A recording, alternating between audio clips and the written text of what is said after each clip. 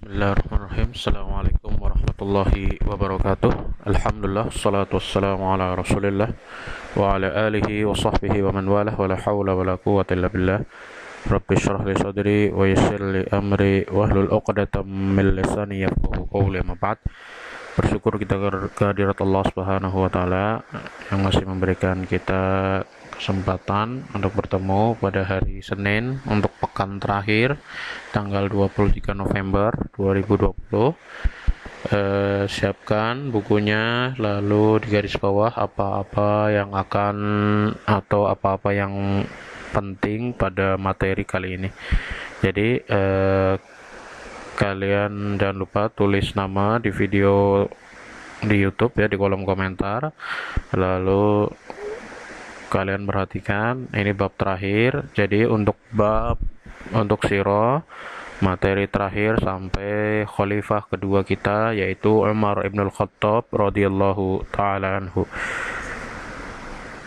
Kemarin kita sudah mempelajari tentang pada pekan lalu, yaitu jasa-jasa pada masa pemerintahan Umar. Jadi apa saja Ustaz jasa-jasanya, kalian garis bawah itu jangan lupa di stabilo, di garis bawah ya. Ingat pesan Ustaz. Jadi setelah Umar bin Khattab itu menjabat sebagai khalifah selama 10 tahun dan beliau telah memiliki prestasi atau jasa-jasa pada masa pemerintahannya, yaitu yang pertama penaklukan negeri Irak atau Persia ya. Jadi Persia ditaklukkan oleh lewat panglima, ditunjuknya panglima perang, yaitu Sa'ad bin Abi Waqqas pada masa pemerintahan Umar radhiyallahu ta'ala anhu.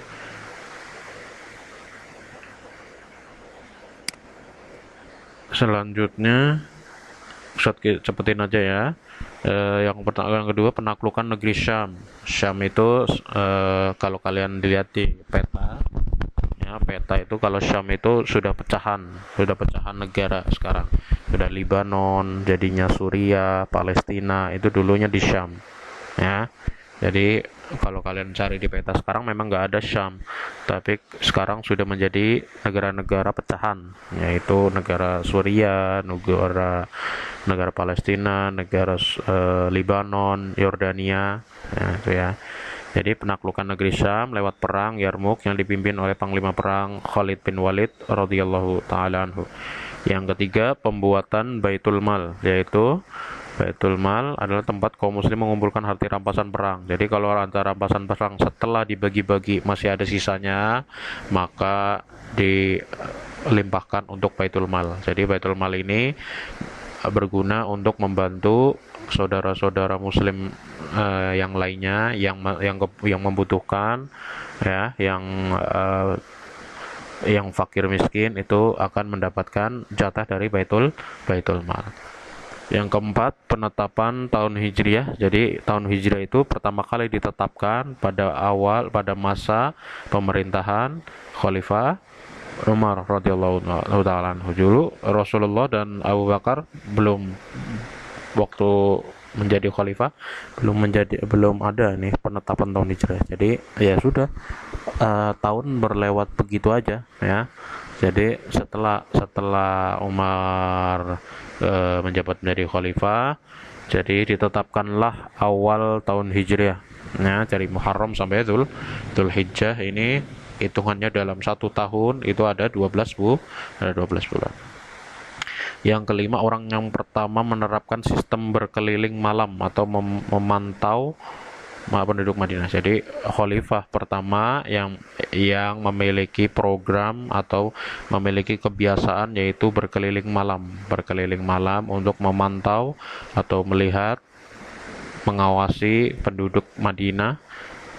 Ada yang kesusahan atau ada yang perlu, tapi dengan menyamar, bukan berarti dia beronda tapi menampakkan bahwa dia Umar, tidak ya. Jadi melihat keadaan kaum muslimin, ada yang mengeluh atau ada yang kekurangan atau ada masalah dan lain sebagainya. Oke ya. Itu untuk jasa-jasa pada masa pemerintahan Umar bin al-Khattab radhiyallahu taala anhu. Nah, ini kita saatnya berpisah dengan khalifah kita yang kedua, yaitu kita masuk ke bab pembahasan kita yang terakhir, yaitu wafatnya Umar bin Khattab radhiyallahu taala anhu. Umar wafat pada tahun 23 Hijriah. Jadi dilantik menjadi ditetapkan diangkat menjadi khalifah pada tahun 13 Hijriah, lalu meninggal pada tahun 23 Hijriah. Jadi 10 tahun. Ya, jangan lupa 10 tahun masa pemerintahan Umar bin Khattab. Beliau meninggal di Madinah dalam keadaan syahid. Jadi meninggalnya di Madinah, ya. Untuk keadaan syahid ini dulu pernah ya Ustaz sampaikan ketika Rasulullah, Abu Bakar, Umar dan Utsman itu sedang berjalan di Gunung Uhud, maka bergetarlah Gunung Uhud tersebut, ya. Gunung Uhud tersebut bergetar. Lalu Rasulullah Shallallahu Alaihi Wasallam menghentakkan kakinya pada Gunung Uhud, lalu berkata, "Uskun ya Uhud, fa inna alaika nabiyyun wa siddiqun wa syahidan." Tenanglah wahai Uhud, sambil menghentakkan kakinya ya, karena di atasmu itu ada seorang nabi. Lalu Siddiq maksudnya Abu Bakar, lalu yang itu wa syahidan, dan dua orang yang akan mati syahid. Nah, ini janji beliau. Ini bukti bahwa Rasulullah Shallallahu Alaihi Wasallam ketika mengatakan sesuatu itu tidak dengan hawa nafsu atau tidak dengan kebohongan, semua dengan wahyu, ya, wahyu Allah Subhanahu Wa Taala. Itu termasuk mukjizat Nabi Muhammad. Jadi mengetahui bahwa Umar akan mati syahid. Oke, beliau dibunuh oleh seorang majusi. Majusi ini orang Persia yang terkenal dengan penyembah api, ya.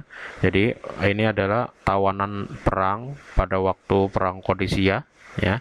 Pada waktu perang Qadisiyah itu kan mereka kalah. Nah, ini adalah orang yang dibawa atau menjadi tawanan ya, menjadi seperti rampasan perang. Orang bisa jadi rampasan perang, nanti ketika sudah menjadi milik kaum muslimin dia bisa dimanfaatkan. Nah, orang ini yang bernama Abu Lu'lu ini orang Persia ini, dia memiliki keahlian membuat pedang. Nah, ini kan bisa dimanfaatkan oleh kaum muslimin. Jadi bisa untuk membuat pedang untuk kaum muslimin. Nah, ini orang Abu Lu'lu ini orang Persia yang ahli membuat pedang, ya. Pada saat mengimami sholat subuh. Jadi terbunuhnya Umar radhiyallahu taala anhu ketika sedang mengimami sholat subuh. Perlu kalian ketahui, sholat subuh pada waktu itu tidak ada penerangan lampu ya, seperti kita ya. Dulu ya cuma ada kalau tahu nggak kamu, ada api itu ya, api Petromax lah. Nah, Petromax zaman sekarang mana ada yang tahu Petromax. Seperti sumbu itu, membuat sumbu terus bawahnya ada minyaknya. Nanti itu bisa digantung bisa. Nah, kan gelap, tapi kan tetap gelap kan, yang tidak seterang zaman sekarang. Nah, ketika sholat subuh berkumandang, lalu sang khalifah Umar maju menjadi imam, lalu masuklah Abu Lu'lu ini di barisan para sahabat untuk menembus barisan soft para sahabat. Ketika sudah di samping Umar, lalu dia menusuk perut dengan pedang, dengan pisaunya, ya, menusuk perut Umar dengan pisaunya. Lalu terjatuhlah Umar dan dia melarikan diri sambil menebas-nebaskan pisaunya ke arah para sahabat.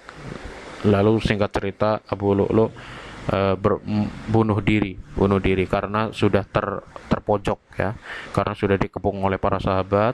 Abu Lu'lu ini lalu bunuh diri setelah membunuh Umar. Jadi Umar itu Masya Allah memberikan fadilahnya dan kekuatannya kepada khalifah kita Umar. Setelah disusuk itu tidak langsung meninggal, ya, masih sempat itu untuk sholat subuh, lalu masih sempat makan minum. Saking kalian ketahui, saking dalamnya tusukan Abu Lu'lu ini, ya, pisau Abu Lu'lu, ketika ketika Umar itu sedang minum, itu ketika minum airnya keluar dari bekas tusukan tersebut. Jadi kira-kira dalam nggak merobek perutnya itu. Ya, jadi airnya keluar dari bekas tusukan. Jadi ketika dipanggil dokter pada waktu itu tabib ya, ketika itu sudah tidak bisa diselamatkan gitu. Jadi tinggal tunggu waktunya. Jadi Umar sudah kalau bahasa kita sudah koma lah ya, udah kritis. Tapi Umar masih bisa berbicara, masih bisa istirahat dan lain sebagainya. Para sahabat silih berganti mengunjungi Umar, ya, memberikan makanan, minuman, ya. Nah, itu ketika minum dari salah satu air, ya, lah itu airnya keluar dari bekas tusukan Abu Lu'lu ini. Selanjutnya, sebelum wafatnya, Umar mengumpulkan para ashabus syura. Apa itu ashabus syura? Kalau kita bahasa kita itu seperti DPR lah ya. Ya, ashabus syura ini dari kalangan para sahabat, yaitu 10 orang yang dijamin masuk surga oleh Rasulullah itu, ya, Utsman, Ali, Sa'ad bin Abi Waqqas, Khabbab, terus Talha, Sa'ad, terus Abdurrahman bin Auf, ya, dari kalangan sahabat untuk bermusyawarah menunjukkan khalifah selanjutnya. Jadi ini kebiasaan Abu Bakar yang diteruskan oleh Umar ketika memimpin untuk penunjukan khalifah Utsman radhiyallahu taala anhu. Jadi cerita penunjukan insyaallah akan kita lanjutkan pada bab ketiga. Jadi Ustaz cukupkan sekian ya. Jadi pokoknya intinya Umar itu mengumpulkan ashabus syura ketika sudah tinggal sakaratul maut ya, tinggal sudah kritis keadaannya. Umar tahu bahwa umurnya tidak akan lama ya. Jadi mengumpulkan para ashabus syura dari kalangan sahabat untuk permusyawarah penunjukan khalifah selanjutnya. Ketika setelah meninggal, beliau dimakamkan di sebelah Rasulullah dan Abu Bakar. Nah, jadi kuburan Umar itu ada di samping Rasulullah dan Abu Bakar radhiyallahu taala anhu. Seperti itu kita selesai pada pembahasan kali ini. Silahkan kalian silakan kalian tulis ya, silakan kalian tulis nama dan kelas di kolom komentar kalian. Insyaallah materi sampai bab ini ya, sampai bab Umar ibn al-Khattab. Jadi kalian untuk pas hanya satu bab aja, tapi kalian pelajari itu semua ya. Kira-kira yang penting kalian tinggal ulang-ulang video Ustaz ya. Barakallahu fikum. Wassallallahu ala nabiyina Muhammad. Assalamualaikum warahmatullahi wabarakatuh.